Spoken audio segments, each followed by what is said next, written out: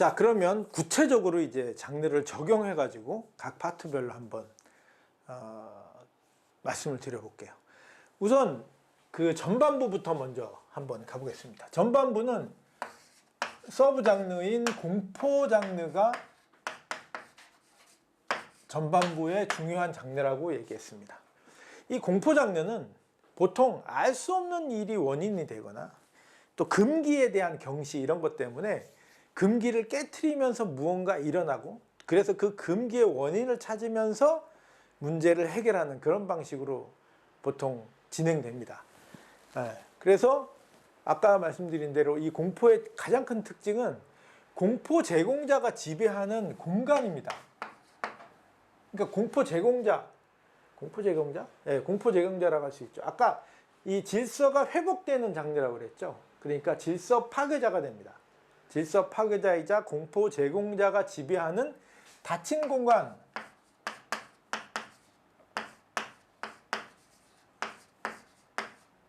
닫힌? 이게 맞나? 아니지. 그냥 닫힌이죠. 이 닫힌 공간이 굉장히 중요합니다. 그래서 이걸 중심으로 한번 분석을 해볼게요. 공포영화를 정의한다면 주인공이 공포 제공자의 공간으로 직접 들어가서 공포의 희생자가 돼서 공포 공간을 탈출하거나 또는 공포 제공자를 제거하는 과정을 경험하는 영화다, 이렇게 얘기할 수 있습니다. 그런데 이거는 서브로 공포 장르가 활용되기 때문에 사실은 메인이 아니기 때문에 이 서브에서는 주인공이 꼭 피해자가 될 필요는 없습니다. 만약에 메인인 경우에는 주인공이 반드시 피해자가 돼야 돼요. 공포 공간 안에 갇힌 인물이 돼야 됩니다. 근데 여기서는 그 서브기 때문에 메인 공간 안에 들어있는, 그러니까 피해자들을 구하는 그들의 능력, 아까 캐릭터에 영향을 준다고 했잖아요. 그래서 그들의 능력이나 이런 걸 보여주기 위해서 공포 장르를 서브로 활용하고 있는 겁니다. 그래서 여기서는, 이 파묘에서는 주인공이 직접 피해자가 되는 게 아니라 피해자를 구하는 방법에 액션을 취하는 거죠. 왜 그러냐면 스릴러는 뒤에 나오는 메인이 되는 스릴러 장르가 영화 전체를 지배하는데, 그 스릴러 장르에서는 주인공이 문제 해결자이지 피해자가 되는 게 아니에요. 그러니까 당연히 여기에 등장하는 주인공은 스릴러의 영향을 받습니다. 스릴러의 주인공이 되는 거예요. 대신 이 주인공들의 성격에, 캐릭터에 이 서브가 영향을 미친다, 이렇게 생각하시면 돼요. 왜냐하면 이들의 주인공은 뭐죠? 메인의 영향을 받는 주인공이기 때문에 그들이 곧 피해자가 되는 건 아닙니다. 그런데 원래는 공포영화가 메인 장르가 될 때는 반드시 주인공이 피해자가 돼야 됩니다. 자, 공포영화에서 필요한 조건들이 몇 개 있습니다. 그걸 이제 일단 살펴볼게요. 공포영화에서 제일 먼저 중요한, 꼭 필요한 조건이 뭐냐면, 이 공포 제공자, 이 피해자가 아니라 그 파괴자, 이 공포 제공자의 이익이 뭐냐? 그러니까 공포 제공자가 누구냐? 이익이 뭐냐? 그리고 그가 지배하는 지배 공간,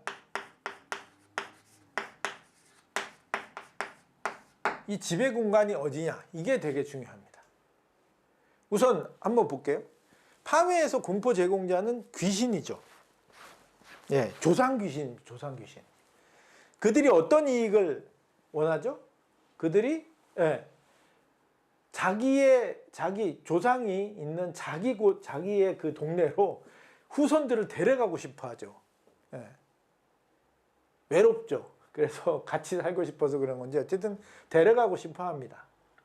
그 다음에 지배 공간, 반드시 지배 공간이 있어야 되는데, 이 지배 공간을 파묘에서는 밀폐된 피해자가 있는 공간이 기본적으로 밀폐되어 있는 공간인데, 그 공간 안으로 귀신이 침입해서 이 지배 공간을 자기가 침입해서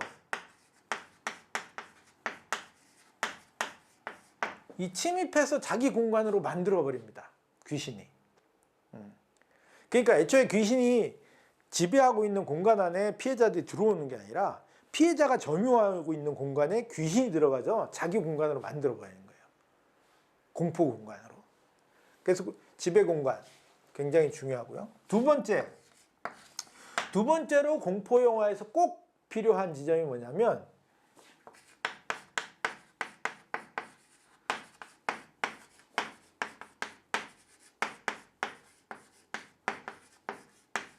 또는 실수.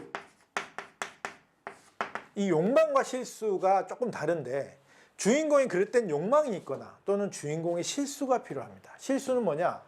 금기되어 있는 걸 모르고 그냥 들어가는 실수. 욕망은 금기되어 있는 걸 알지만 그곳에 금이 있으니까 그걸 캐로 들어가겠다는 욕망. 이 두 가지 중에 하나가 꼭 필요합니다. 그러면 파묘에서 피해자들은 누구죠? 이 주인공이 아니에요. 여기서 주인공은 이 공포의 피해자들이 주인공입니다. 아까 제가 말씀드렸죠. 이 영화의 주인공은 스릴러 주인공이고요. 앞에 파묘 전반부의 피해자들은 후손들이죠. 후손들. 예. 이 후손들이 가지고 있던 그릇된 욕망. 그게 뭐죠? 예, 돈에 대한 욕망이에요. 예. 이 할아버지 대대로 돈을 벌기 위해서 어떻게 하죠? 친일을 하고 또 그걸로 돈을 벌어서 또 그걸 지키기 위해서 노력해왔죠. 바로 이 돈에 대한 욕망이 그대로 공포로 끌고 들어갑니다. 왜? 귀신이 그 시작이었기 때문에 그 욕망에. 그 다음에 이 공포 영화에서 중요한 것은 이 닫힌 공간인데 이 닫힌 공간을 탈출해야 되는 게 공포 영화에서는 중요합니다. 그래서 탈출 계획.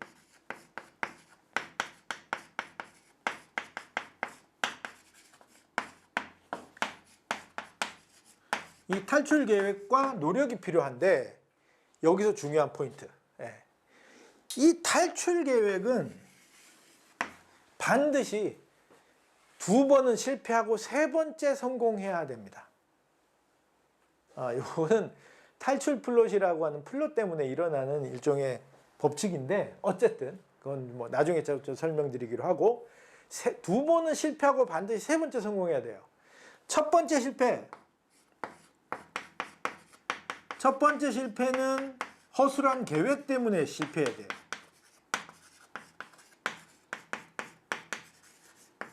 그리고 2번째 실패는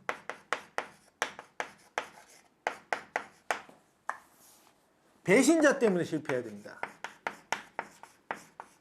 그리고 3번째 성공.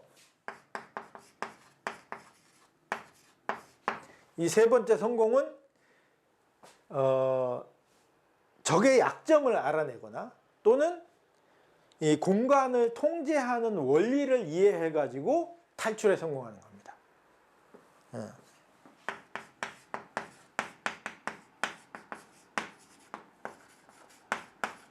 적의 약점을 알아내서. 그래서 이렇게 실패 성공하는데 자, 요 원칙을 당연히 파묘에서도 따라갑니다. 어떻게 따라가느냐? 아까 파묘에서 이 지배 공간은 어땠죠? 귀신이 침입한다 그랬잖아요. 그렇죠? 귀신이 피해자의 공간에 뛰어들어가서 침입해가지고 그 공간을 자기 공간으로 만들어서 공포를 일으킵니다. 첫 번째 공간, 피해자를 지키지 못하죠. 첫 번째. 할아버지죠, 할아버지. 할아버지는 어떻게 하죠? 귀신이 오니까 문을 열어줘요. 쉽게. 허술하게. 아주 허술하게 공간으로 들어오게 만듭니다. 즉, 귀신이 자기 공간을 만들어버리게 그냥 놔두는 거죠. 그래서 할아버지가 첫 번째 희생자가 되고요. 두 번째는 누구죠? 두 번째는 아들이죠, 아들. 아들은 호텔방 밀폐되어 있는 호텔방이에요. 귀신이 들어가지 못했어요. 근데 귀신은 어떻게 하죠? 바로 배신자를 이용합니다. 어떻게? 풍수가의 최민식 배우의 목소리를 이용하죠. 그가 마치 배신을 일으킨 것처럼 목소리를 이용해서 혼란스럽게 만들어서 들어가죠. 진짜는 문 밖에 있었는데 창문을 열잖아요. 그죠? 그래서 배신자 때문에 실패합니다. 그럼 세 번째는 어떻게 성공하느냐? 이 귀신의 약점이 뭐냐 이거예요. 약점. 귀신의 약점이 뭐였죠? 네. 귀신이 머무를 수 있는 공간이 필요해요. 그게 바로 육신이죠. 관. 관. 바로 이 귀신이 머물 수 있는 공간을 제거함으로써 문제가 해결됩니다. 네. 그래서 어떻게? 마지막에 관을 태우죠. 관을 태워요. 그래서 공포 영화의 집필 조건은 이 세 가지고, 네 번째가 적수의 약점이에요.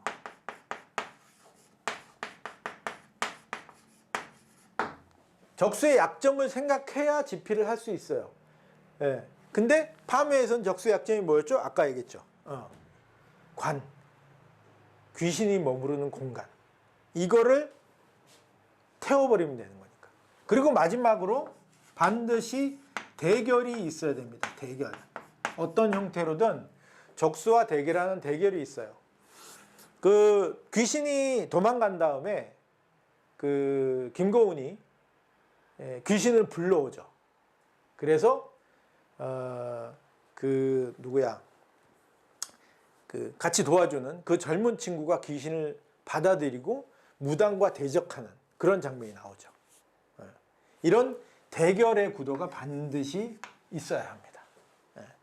그래서 다시 정리해 보면, 공포영화에서 꼭 있어야 하는 집필 조건,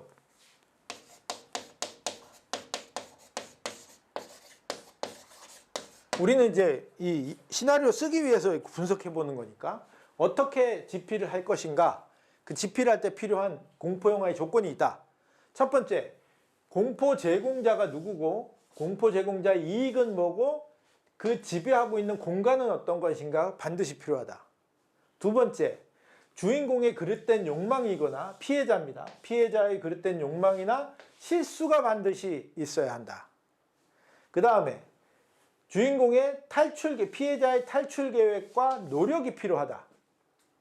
그리고 이 탈출 계획은 반드시 2번은 실패하고 3번째 성공해야 된다.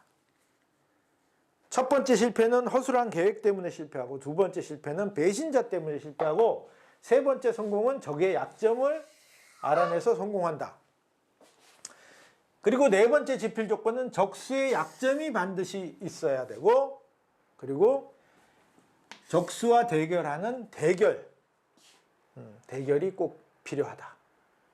그래서 지금 파묘의 전반부는 이런 집필 조건을 채워서 이야기가 진행됐습니다. 잠시 쉬었다가 다음 후반부를 또 한번 체크해 보겠습니다.